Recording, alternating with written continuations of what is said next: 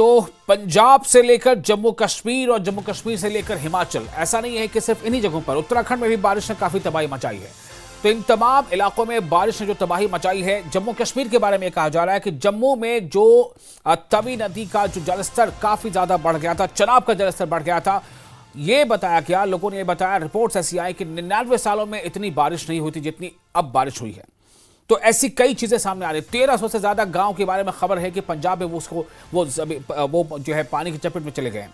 कई ऐसे सेलिब्रिटीज हैं जो सामने आ रहे हैं, वो लोगों की मदद के लिए एक दूसरे से अपील कर रहे हैं और खुद भी मदद के लिए आगे हाथ बढ़ा रहे हैं। तो ऐसी सिचुएशन में अभी आपने देखा कि जम्मू कश्मीर में वैष्णो देवी मार्ग पर जो अभी लैंडस्लाइडिंग हुई, उसमें 34 से ज्यादा लोगों की जानें चली गई। उससे पहले जो मचैल माता मंदिर मार्ग में जो क्लाउड बस्ट हुआ था, उसमें तकरीबन 65 या 67 या 68 ऐसी संख्या है कि उसमें लोगों की जानें चली गई। कई अभी भी लापता है। कई जगहों पर पुल टूटने से, सड़कें बहने से तो नुकसानात का अभी तो अंदाजा ही पूरा नहीं किया जा सका है। कई मकानात तबाह हो गए हैं। 6000 से ज्यादा मकानात में पानी घुस गया। ये जम्मू कश्मीर का आंकड़ा है। वैसे हिमाचल की तस्वीर है। हिमाचल में भी तकरीबन 300 से ज्यादा मौतें हो चुकी हैं। वहां खुद इसे राष्ट्रीय आपदा, यानी इसे जो है कुदरती आफत घोषित कर दिया है सीएम सुखो ने, और ये चाहा है कि मरकज यानी कि सेंटर जो है वो जल्द से जल्द मदद के हाथ आगे बढ़ाए। तो इस पर आज हम चर्चा करेंगे। हमारे साथ कुछ खास मेहमान हैं जो इस चर्चा में हमारे साथ शामिल हो रहे हैं। विक्रम मल्होत्रा स्पोक्स पर्सन है बीजेपी के, जो हमारे साथ इस वक्त जुड़ेंगे, और इमरान काजी स्पोक्स पर्सन नेशनल कॉन्फ्रेंस के हमारे साथ होंगे। और इसके अलावा हमारे साथ जो मेहमान प्रेम कौशल जी हमारे साथ हैं, हिमाचल कांग्रेस से हमारे साथ जुड़ रहे हैं, कांग्रेस स्पोक्स पर्सन है। और हमारे साथ एक और मेहमान जुड़ने वाले हैं, बल्कि जुड़ चुके advocate Vikramjit Pasi, spokes person है आम आदमी पार्टी के। तो अब तमाम लोगों का स्वागत करते हैं। और सबसे पहले मैं जरा प्रेम कौशल जी आपके पास आना चाहता हूं। मैं जानना चाहता हूं, आप जरा हमें ये बताएं कि हिमाचल में तबाही किस हद तक आई है, और सुखो ने जो अभी एरियल सर्वे किया है उसके बाद क्या कहा उन्होंने। देखिए, हिमाचल प्रदेश में बहुत भयावह मंजर है। लगातार कई दिनों से भारी बारिश हिमाचल प्रदेश में चल रही है, और एक दो जिलों को छोड़कर, जैसे हमारा हमीरपुर डिस्ट्रिक्ट है, यहाँ भी एक हादसा हुआ है। छह जी सात घर जो हैं वो जमींदोज हुए हैं। इसके अतिरिक्त पूरे हिमाचल प्रदेश में हालात बहुत खराब हैं, और बारिश रुकने का नाम नहीं ले रही। नदियां उफान पर हैं, पहाड़ों में स्लाइडिंग हो रही है, घरों के घर जो हैं खाली करने पड़े हैं। तो कुल मिलाकर स्थितियां जो हैं वो बहुत ही भयानक हैं, और बहुत परेशानी का आलम हिमाचल प्रदेश में जनता जो है उससे गुजर रही है। मुख्यमंत्री ने चंबा क्षेत्र का भी दौरा किया और मंडी क्षेत्र का भी दौरा किया था, जी और लगातार प्रशासन की नज़र और इस सारी स्थितियों के ऊपर जो है प्रशासन पूरी मुस्तैदी के साथ कार्य भी कर रहा है। लेकिन जी आपको पता है कि पहाड़ों में परिस्थितियां बहुत विकट होती हैं, और मौसम की खराबी की वजह से जो एयरलिफ्ट जिन लोगों को किया जा सकता था, जी हेलीकॉप्टर के माध्यम से जो रेस्क्यू किया जा सकता था, उसमें रुकावट आ रही है। लेकिन इसके बावजूद जो है सरकार और प्रशासन, जो लोग प्रभावित हैं उनको पूरी तरह से राहत देने में, उनका बचाव करने में दिन रात लगे हुए हैं। और ईश्वर से यही दुआ करते हैं कि अब ये बारिश का दौर जो है ये खत्म होना चाहिए। मौसम खुलेगा तो निश्चित तौर पर राहत के कार्य में और तेजी जो है वो आ सकती है। ठीक है। हमारे साथ इमरान काजी हैं, स्पोक्स पर्सन नेशनल कॉन्फ्रेंस, और कुछ और जैसा प्रेम कौशल जी ने हिमाचल के बारे में बताया, मैं चाहूंगा कि इमरान आप हमें ये बताएं, हमारे जो नाजरीन हैं, जो दर्शक हैं, कि जम्मू कश्मीर में इस बार जो मौसम का कहर है वो क्या कुछ अलग है। जैसे मैंने बताया, कुछ रिपोर्ट्स आई थी कि पिछले 90-99 सालों में इतनी बारिश नहीं हुई जितनी इस बार हुई है। तो जम्मू कश्मीर में किस तरह से ये ज्यादा तबाही लेकर आया, और क्या ये मतलब ऐसा लग रहा है कि इसमें जो वहां की सरकार है, जम्मू कश्मीर यूटी की सरकार, उसे मरकज से, सेंटर से कुछ मदद चाहिए। देखिए विशाल साहब, ये जो कुदरत का ये कहर बरस पड़ा है हर जगह। आप देखेंगे घरों के घर वीरान हो गए हैं। क्लाउड प्रेस से आप देखेंगे, हम अगर सिर्फ जम्मू जम्मू की बात करेंगे, आप देखेंगे चसोती में पाडर एरिया में तकरीबन कोई 70 से 80 लोगों ने अपनी जान गंवा दी। कटरा में 30 से 35 लोगों की बात हो रही है, वहाँ पे जान गंवा दी। जी और भी बहुत सारे एरियाज हैं जहाँ क्लाउड ब्रस्ट हुए। हमारे बलेसा एरिया में क्लाउड ब्रस्ट हुआ। हमारे यहाँ पे मड़वा वार्ड 1 में मरगी एक एरिया है, वहाँ पे क्लाउड ब्रस्ट हुआ। लोगों के घर तबाह हो गए, प्रॉपर्टीज तबाह हो गई, गई, शॉप्स, एग्रीकल्चर लैंड्स खत्म हो गए हैं। तो ऐसा तो कभी हमने देखा नहीं था कि मतलब ना हमने सुना है कि ऐसा कभी 100 साल में भी ऐसा कभी हुआ था। इस वक्त हर इंसान को उन लोगों के साथ खड़ा रहना चाहिए जो इस डिजास्टर से इफेक्ट हुए हैं, जी और पॉलिटिकली ब्लेम गेम से ऊपर उठ के इस वक्त हम हर इंसान को इस वक्त फोकस करना चाहिए ह्यूमैनिटेरियन रिलीफ के लिए, और एडमिनिस्ट्रेशन से एक अकाउंटेबल होना चाहिए क्विक रिलीफ इन सब लोगों के लिए।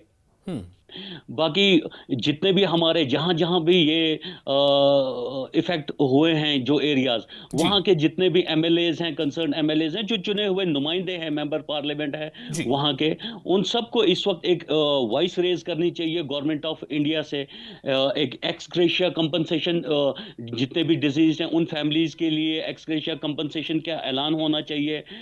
एडुकेट कंपनसेशन उन लोगों के लिए होना चाहिए थे जिनके घर तबाह हो गए, जिनके दुकानें तबाह हो गए, जिनके एग्रीकल्चर लैंड डैमेज हो गई, जी उनके, और बहुत सारे एरियाज ऐसे हैं जिनके पास इस वक्त रहने के लिए कुछ भी नहीं है। उनके घर, उनके लिए रिहेबिलिटेशन और फाइनेंशियल असिस्टेंस इस वक्त हम अपील करते हैं गवर्नमेंट ऑफ इंडिया से कि एक स्पेशल पैकेज अनाउंस होना चाहिए इन सब के लिए। और इस वक्त हम देखेंगे एक लॉन्ग टर्म पॉलिसी के तहत ये सब होना चाहिए। ये नहीं कि आज हमने कोई कंपनसेट किसी को कर दिया। अभी आप तवी की बात कर रहे थे, जम्मू में तवी एरिया का ब्रिज है, वहां पे भी हम देखेंगे कि एक कुछ एरिया जो है वहां पे इलीगल, हम इलीगल वर्ड यूज करेंगे, जहां पे कंस्ट्रक्शन हो रखी है। तो आज आप उनको कंपनसेट करेंगे, लेकिन कल ये फिर उससे इफेक्ट हो जाएंगे आप, यानी कि गवर्नमेंट को फिर हर साल ही उनको कंपनसेट करते रहना पड़ेगा। इसके लिए एक लॉन्ग टर्म पॉलिसी के तहत उनको रिहेबिलिटेट करना चाहिए, उनको कहीं गवर्नमेंट को जगह दे देनी चाहिए ताकि वो अपना शेल्टर वहां पे कर सकें। जी मैं अभी पहले फर्स्ट राउंड में यही जानना चाह रहा हूं कि कितनी शिद्दत है, तबाही का पैमाना क्या है, ताकि ये समझा जा सके कि वाकई मदद, क्या जो राज्य सरकारें हैं या यूटी की सरकारें हैं वो अपने आप पे इसके काबिल हैं, समर्थ हैं कि वो जो है इसकी भरपाई कर लेंगे, या उनको मदद की जरूरत है। जैसे आंकड़े जो हम कुछ स्क्रीन पर दिखा पा रहे हैं, उन आंकड़े जो है वो थोड़े परेशान कर रहे हैं कि काफी बड़ी तबाही है। एडवोकेट विक्रमजीत पसी हमारे साथ जुड़ चुके हैं, स्पोक्सपर्सन आम आदमी पार्टी के। विक्रमजीत जी, मेरा आपसे सवाल यही होगा कि हमें जरा आप ये बताएं कि किस तरह की तबाही है ये तबाही। जब इससे पहले के सालों में जब बारिशें होती हैं, नदी नाले उफान आता है, उससे ये कितनी अलग है और कितनी जरूरत है कि मरकज या केंद्र इसकी मदद करे ही करे?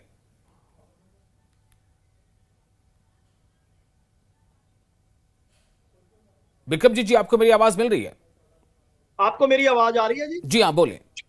अच्छा, आप सभी को मैं नमस्कार करते हुए आपके दर्शकों को भी, ये जो इस बार तबाही आई है जी, ये एक आप कह सकते हो कि इसको राष्ट्रीय आपदा घोषित कर देना चाहिए। इतना बड़ा नुकसान हुआ। अभी मेरे भाई हिमाचल से बता रहे थे, जम्मू कश्मीर से बता रहे थे, हमने उत्तराखंड का भी देखा है, और पंजाब में भी हालात बहुत बुरे हैं। पंजाब में 12 जिले बुरी तरह प्रभावित हो गए हैं। 3000 एकड़ के करीब हमारी फसल खराब हो चुकी है, तबाह हो चुकी है, और जमीन अफेक्ट हो चुकी है।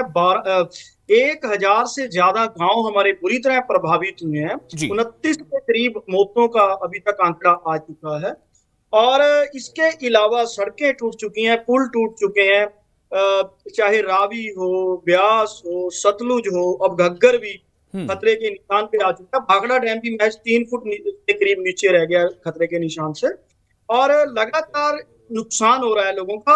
और ये तो हो ही रहा है, अभी जो उसके बाद जब पानी कम हो जाएगा उसके बाद भी बहुत सी परेशानी है। हमारी सरकार, चाहे हमारे मुख्यमंत्री भगवंत मान जी हो, हमारे मिनिस्टर्स, चाहे कटारू चक जी हो, धालीवाल साहब हो, बैंस साहब हो, चीमा जी हो, हर लीडर और इवन के विरोधी पार्टियों के भी, मैं इसको ये कहूंगा, बहुत भरकर लोगों का साथ दे रहे हैं। पूरे पंजाब में एक तरह से सहानुभूति है हमारे लोगों के लिए। पर अभी जो आपने क्वेश्चन किया था कि क्या राज्य सरकारें, नहीं, जब से जीएसटी आया, पहले वैट होता था, वैट के कारण राज्य सरकारों के पास अपना फंड होता था, राज्य सरकारों के पास अधिकार होते थे, उनके पास टैक्स का एक सिस्टम था।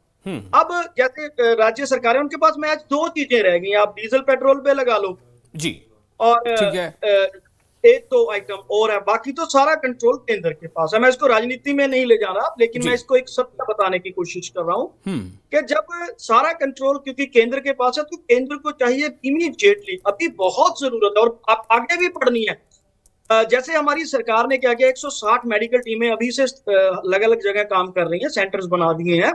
पर जब ये पानी कम भी होगा, खेतों में जो सीलन है, खेतों में जो खाद है, खेतों में जो और परेशानियां हैं, उसके अलावा लोगों की सेहत की परेशानियां, बीमारियों की परेशानियां, बहुत कुछ होने वाला है। ये परेशानी आपने बताई और तबाही के कुछ मंजर हम दिखा पा भी रहे हैं। और जैसा आपने आंकड़ा दिया, मैंने शुरू में बताया था कि 1300 से ज्यादा गांव हैं जो इस पानी की चपेट में आ गए हैं। अब वो कहीं ना कहीं वो गांव सफेदी से मिटते नजर आ रहे हैं। मेरा सवाल अब ये होगा कि कितनी जरूरत है, किस तरह की मदद की दरकार है प्रायोरिटी बेस पर। और अगर प्रधानमंत्री अभी एससीओ इजलास से वापस आकर के सीधे सीएम मान साहब से बात करते हैं तो इसका क्या मतलब होता है? और प्रधानमंत्री ने बात की, इसका मतलब है कि सेक्टर कहीं ना कहीं मदद के लिए तैयार है। तो क्या इसके बारे में अभी थोड़ा समय लगेगा? कितनी मदद चाहिए? देखिए, फौरी तौर पर भी जैसे हिमाचल है, हमने अभी देखा बहुत ज्यादा नुकसान हिमाचल में बिल्कुल, वो अभी प्रेम जी से और बात करेंगे, प्रेम कौशल जी से। आप बताएं जी। बहुत बुरी तरह से प्रभावित हुई हैं जी। तो केंद्र को इमीडिएटली, क्योंकि इसमें आप देखिए कि लोग अपने आप से कर रहे हैं, सरकार भी कोशिश कर रही है, राशन पहुंचाए जा रहे हैं, लेकिन बहुत से इलाके ऐसे हैं जहां बहुत मुश्किलें भी आ रही हैं, क्योंकि बिल्कुल जो हमारे कॉन्ट्रैक्ट टूट जाते हैं जी। और इसके अलावा नो डाउट मिलिट्री भी साथ दे रही है, एयरफोर्स भी साथ दे रही है, पर इसके अलावा जो मॉनिटरी रिलीफ्स हैं, अगर वो इमीडिएटली आ जाती हैं, नहीं हमें बोट्स खरीदनी हो, नहीं हमें संसाधन खरीदने हो, उसके अलावा लोगों तक बहुत तेजी से जो हम सहूलतें पहुंचा सके, तो उसमें केंद्र ही एक बड़ा जरिया बन सकता है। केंद्र गलती ही, मैं इसको देखिए, फोन पे बात हुई, प्रधानमंत्री जी जब वापिस आए तो फोन पे बात हुई, अमित शाह जी का भी फोन आ गया, बहुत अच्छी बात है कि उन्होंने अब फोन कर दिया कल। लेकिन मैं ये चाहता हूं कि तीनों ही स्टेट्स, चाहे उत्तराखंड 4th स्टेट है, जैसे आपको याद होगा जब ड्राली कांड हुआ था तो ड्राली में बाढ़ एकदम से इफेक्ट हुआ था, केंद्र ने साथ के साथ तकरीबन 454 करोड़ 455 करोड़ 60 लाख इमीडिएटली रिलीज कर दिए थे उत्तराखंड के लिए। ठीक है। याद है असम के लिए भी 375 करोड़ 60 लाख। बिल्कुल इस बार भी उम्मीद की जानी चाहिए, क्योंकि जैसे मैंने पहले बताया कि गृह मंत्री ने दौरा भी किया जम्मू का और प्रधानमंत्री ने पंजाब के सीएम से बातचीत भी की है और हर तरफ से ये बातें उठ रही हैं। और एक और अहम बात यह बता दें इससे पहले कि हम अपने एक और खास मेहमान के पास जाएंगे, रविंदर सिंह रॉबिन हमारे साथ जुड़ चुके हैं, सीनियर जर्नलिस्ट हैं, उनके पास मैं जाना चाहता हूं। उससे पहले एक बता दें कि जो जम्मू कश्मीर में नेता विपक्ष हैं जम्मू कश्मीर में, उन्होंने ये ऐलान किया है सुनील शर्मा जी ने कि जितने भी बीजेपी के विधायक हैं वो अपनी निधि से, जो उनके कोष होता है, विधायक निधि कोष होता है, उसमें से 1-1 करोड़ रुपया वो राहत बचाव काल के लिए यानी कि इस मद में देंगे और जो सांसद है वो 2.5 करोड़ रुपये देंगे। ये उन्होंने ये एक इन्फॉर्मेशन दी है, ये जानकारी है उनकी तरफ से। ये कब तक होगा इस बारे में अभी हम ज़्यादा नहीं कह सकते, लेकिन ये जानकारी उन्होंने दी है। अब मैं आपके पास आना चाहता हूँ रविंदर सिंह रॉबिन सर, आप हमें ये बताएं कि आप इस पूरे सिचुएशन को कैसे ऑब्जर्व कर रहे हैं? क्या ये हर साल की तरह का ही सिचुएशन है या कुछ अलग है? पिछले 10 साल में अगर देखें तो 10 साल में सबसे ज्यादा जो नुकसान फ्लड से नजर आया वो इस बार नजर आ रहा है। 2023 में आया था फ्लड्स और उसके बाद ये वाला है जी। तो इस फ्लड में इसमें जो ज्यादा नुकसान, ये बहुत सारे जिले अफेक्टेड हैं, इंतजाम हो रहे हैं। मुझे लग रहा है कि जितना मैं इन कुछ गांव में होके आया हूँ, लगभग 23-24 के करीब, उन गांव में इरेगुलर वे में इतने वॉलंटियर्स हैं, इतना कुछ काम, मतलब वो लोग अपने तौर पे कर रहे हैं, वो कुछ नजर आ रहा है। ठीक है, अथॉरिटीज अपने तौर पे कुछ ना कुछ कर रही हैं, लेकिन वॉलंटियर्स के कारण वहां पे कम से कम मैं पंजाब में कह सकता हूँ राशन की, कैटल फॉडर की, सैनिटरी पैड्स की या उन चीजों की कमी तो नजर नहीं आ रही है। लेकिन ये इसको ऑब्जर्वेशन के तौर पे अगर आप देखें तो इसमें आफ्टरमैथ फिलहाल के लिए तो जरूरत जो है वो पहुंचाई जानी चाहिए, पहुंच रही है।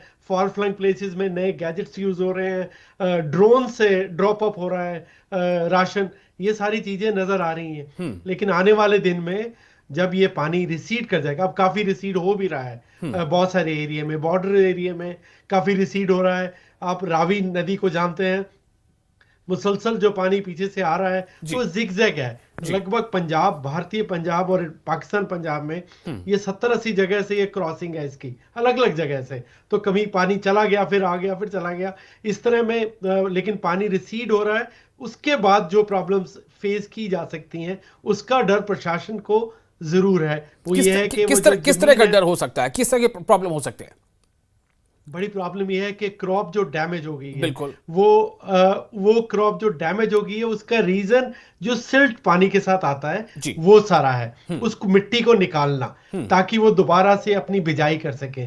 फिर इसके अलावा बीमारियों के फैलने का डर, जानवर जो मर गए हैं उनकी वजह से बहुत बीमारियों का डर लगा रहेगा। जी। फिर इसके अलावा जो घर टूट गए हैं उनकी रिहेबिलिटेशन करना, उनको और कुछ पनाह घर बनाने, वो सारी चीजें प्रशासन को देखनी है। उसके लिए बहुत सारा पैसा, वसाइल, बहुत कुछ चाहिए। उसके लिए अभी जो राज्य सरकार है वो केंद्र से मांग कर रही है, ये सब कुछ हो जाएगा, ये मैं मान के चलता हूँ।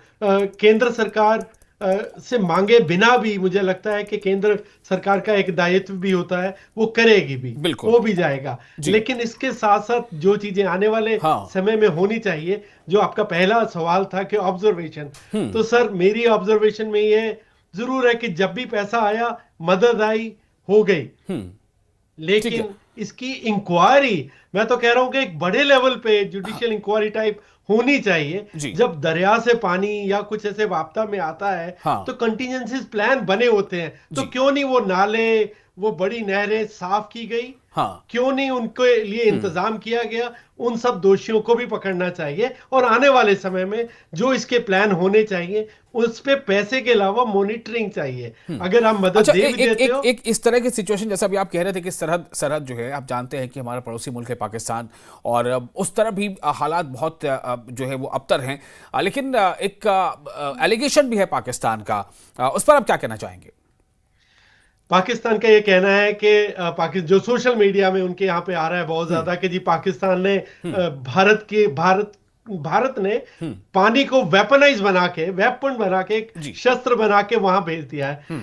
तो पिछले, अब इसमें ना क्लेम और फैक्ट्स और डाटा, इसको ध्यान में रखना चाहिए। पिछले कई साल से मॉनसून के सीजन में जब ये फ्लड्स आते हैं, भारत और पाकिस्तान दोनों में बराबर ही आते हैं। भारत ने कई जगह पे इंतजाम कर रखे हैं, पाकिस्तान में उस तरह के पिछले कई सालों से उस फ्लड्स को रोकने के लिए इंतजाम नहीं है। वो उनको अपनी सरकारों से पूछना चाहिए सबसे पहले। दूसरा, ये जो पानी जिस तरीके से आता है उसमें किसी का जोर नहीं है, लेकिन आने से पहले अगर पाकिस्तान को पानी जा रहा है, छोड़ा जा रहा है, ये सही है कि इंडस वाटर ट्रीटी जो है वो अबेयंस में है, यानी कि एक ठंडे बस्ते में है, और इसका मतलब ये नहीं है कि पानी रोका गया, पहली बात। दूसरा, जो हमारे सूत्र बताते हैं कि भारत का जो हाई कमीशन पाकिस्तान में है, उन्होंने पाकिस्तान के ministry of foreign affair MOFA को वेरियस टाइम पे बार बार ये चेतावनी देते रहे हैं कि फ्लड का पानी आ रहा है, आपको अपना इंतजाम करना चाहिए। बिल्कुल। तो ये फैक्ट्स जो है ये भी सामने आने चाहिए। ठीक है, प्रेम कौशल जी, मैं एक बार फिर से आपके पास आता हूँ। ये अभी एक तस्वीर भी हम देख रहे थे, सुक्खू जो है, सुक्खू हिमाचल के सीएम, उन्होंने उसका दौरा भी किया है। मैं आपसे जानना चाहता हूं कि ये देखा गया है कि पिछले 2-3 वर्षों में हिमाचल वाकई बहुत ज़्यादा, खासतौर से हिमाचल बहुत ज़्यादा परेशान रहा है। पिछले साल में बहुत ज़्यादा तबाही आई थी। तो क्या इस बार सरकार ने कुछ पहले से तैयारियां कर रखी थी? आपको लग रहा है, चूंकि विपक्ष काफ़ी हमलावर है, जयराम जो है वो अक्सर ये एलिगेशन लगाते हैं कि सरकार ने तैयारी नहीं की। देखिए, इसमें एक कुदरत की तरफ से कोई चीज आनी है, कोई क्लाउड बर्स्ट आती तो कुदरत तरफ से है, लेकिन मैन मेड, यानी इंसान अपने इंटेलिजेंस से उसको कैसे पहले से थोड़ा अंदाजा कर लिया, उसकी तैयारी करके रखे कि अगर ऐसा होगा तो हम क्या तैयारी करेंगे। बिल्कुल, निश्चित तौर पर जब बरसात शुरू हुई, सरकार ने जितने भी प्रिकॉशनरी मेजर्स लिए जा सकते हैं प्रशासनिक तौर पर, जो तैयारी की जा सकती है, वो तैयारी अगर ना होती तो कैजुअलिटीज का नंबर जो है वो बहुत ज्यादा इस बार होता, क्योंकि इस बार का डिजास्टर जो है 2023 के डिजास्टर से कहीं ज्यादा है। तो ये विपक्ष का काम आरोप लगाना है। जम्मू कश्मीर के लोग बड़े भाग्यशाली हैं, पंजाब के लोग भी भाग्यशाली हैं कि प्रधानमंत्री जी का उनको टेलीफोन आ गया, वहां से चाइना से वापस आते ही उन्होंने मान जी से बात कर ली। अमित शाह जम्मू कश्मीर हो आए। हिमाचल की तो किसी ने अब तक सुध नहीं ली है। विपक्ष राजनीति करने की बजाय संवेदनशीलता दिखानी चाहिए। ये ऐसा समय नहीं है जिसमें आरोप लगाए जाएं, प्रत्यारोप लगाए जाएं। मैं उसमें जाना नहीं चाहता। आज बहुत दुखद और विकट परिस्थितियां हिमाचल प्रदेश के अंदर हैं, और पूरा मैंने जैसे कि कहा, पूरा प्रशासन, मुख्यमंत्री, पूरा मंत्रिमंडल पूरी संवेदनशीलता के साथ, पूरी जिम्मेदारी के साथ। तो नड्डा जी हिमाचल प्रदेश से, अनुराग ठाकुर हिमाचल प्रदेश से हैं, अब तो कंगना रनौत भी है, तो बहुत सारे नाम हैं वहां पर। हो सकता है कि ये लोग अपने स्तर पर प्रयास कर रहे होंगे। आप क्या ये चाह रहे हैं कि पीएम का ही फोन आए? नहीं नहीं, हम नहीं चाह रहे पीएम का टेलीफोन आए, लेकिन ये बनता है। अगर पंजाब के मुख्यमंत्री को किया जा सकता है, हम ये नहीं कह रहे कि उनको क्यों किया।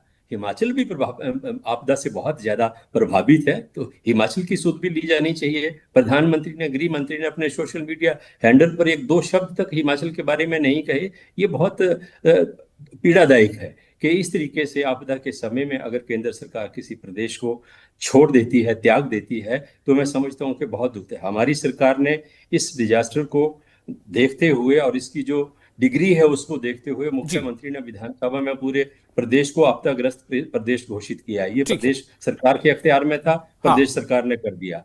और विधानसभा में एक प्रस्ताव पारित हुआ है कि केंद्र से हमने ये गुहार लगाई है कि हिमाचल प्रदेश में कुल नेशनल डिजास्टर घोषित किया जाए। हिमाचल प्रदेश क्या, अब पंजाब के हालात ले लीजिए, जम्मू कश्मीर के हालात ले लीजिए, कमोबेश पूरे हिंदुस्तान में बरसात से हालात जो है वो बहुत खराब हैं। तो ये बनता है कि इस वक्त नेशनल डिजास्टर जो है वो घोषित किया जाना चाहिए, ताकि बड़े पैमाने पर राहत कार्य जो है उनको अंजाम दिया जा सके। हिमाचल की आर्थिक स्थितियां ऐसी नहीं है कि हम अपने स्तर के ऊपर इतना बड़ा जो डिजास्टर है, इतनी बड़ी जो तबाही हुई है, उसका रेस्टोरेशन हम कर सकें, लेकिन फिर भी अपने साधनों के मुताबिक अपने जो संसाधन हैं उनसे कहीं आगे जाकर जो है हमारी सरकार ने बड़ी संवेदनशीलता के साथ काम करते हुए लोगों को राहत देने का भी काम किया है। बहुत शुक्रिया। वक्त की थोड़ी कैद है, लेकिन कामना यही है, दुआएं यही है कि जल्द से जल्द ये तमाम प्रदेश जहां पर कुदरती आफात का कहर जारी है, वो कहर से बाहर निकले, उन्हें मदद मिले, वो तमाम मदद मिले, चाहे राज्य सरकार अपने स्तर पर कर पा रही हो, चाहे बहुत सारे ऐसे लोग हैं, सेलिब्रिटीज़ है, वो सामने आ रहे हैं। मरकज़ की भी यानी मरकज़ी हुकूमत जो केंद्र में हुकूमत है वो भी अपना फ़र्ज अदा करेगी, जैसा कर रही है। हिमाचल में भी मुझे लगता है कि ये मदद पहुँचेगी। और इसी उम्मीद के साथ इस डिबेट पे, इस बातचीत पे फिलहाल इतना ही। आप तमाम मेहमानों का बहुत शुक्रिया और आप दर्शकों का भी। आप बने रहे न्यूज़ 18 JK के साथ, हमें दें इजाज़त।